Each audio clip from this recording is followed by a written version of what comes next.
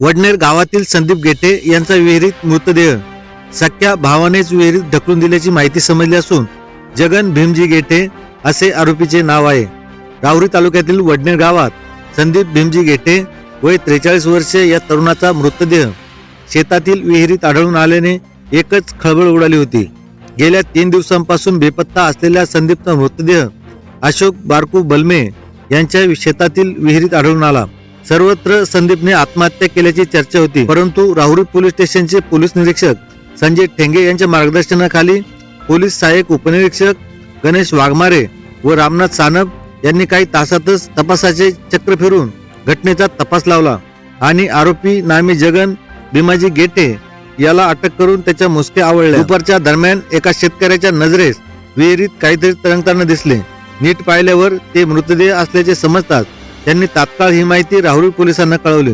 माहिती मिळताच राहुरी पोलीस घटनास्थळी दाखल झाले। स्थानिक नागरिकांच्या मदतीने मृतदेह बाहेर काढण्यात आला आणि रवींद्र देवगिरे यांच्या रुग्णवाहिकेतून मृतदेह ग्रामीण रुग्णालय राहुरी येथे पाठवण्यात आला।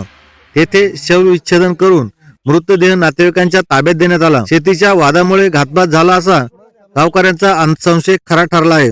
संदीप गेटे हा संगमेर तालुक्यातील समनापूर येथील गावचा रहिवासी होता, परंतु त्यांना वडनेर येथे शेती मिळाल्यामुळे वडनेर येथील वरशिंदे रस्त्यालगत राहत होता। गेल्या काही दिवसात त्याचे काही लोकांबरोबर शेती संबंधित वाद सुरू असल्याची चर्चा गावात होती, परंतु सख्या भावाने विहिरीत ढकलून दिल्यामुळे हा घातपातच आहे हे सिद्ध झाले। पोलिसांनी प्राथमिक व जलद गतीने तपास करून खुनाचा तपास लावला।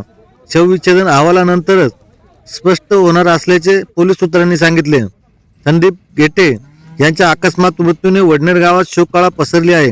यावेळी किरण भाऊ गव्हाणे, सुखदेव बलमे सदस्य वडनेर ग्रामपंचायत, हौसीनाथ बलमे, अण्णा पाटील बलमे, अण्णा पाटील खेमनर, विजय बलमे सरपंच वडनेर यांनी मदत कार्य केले आहे।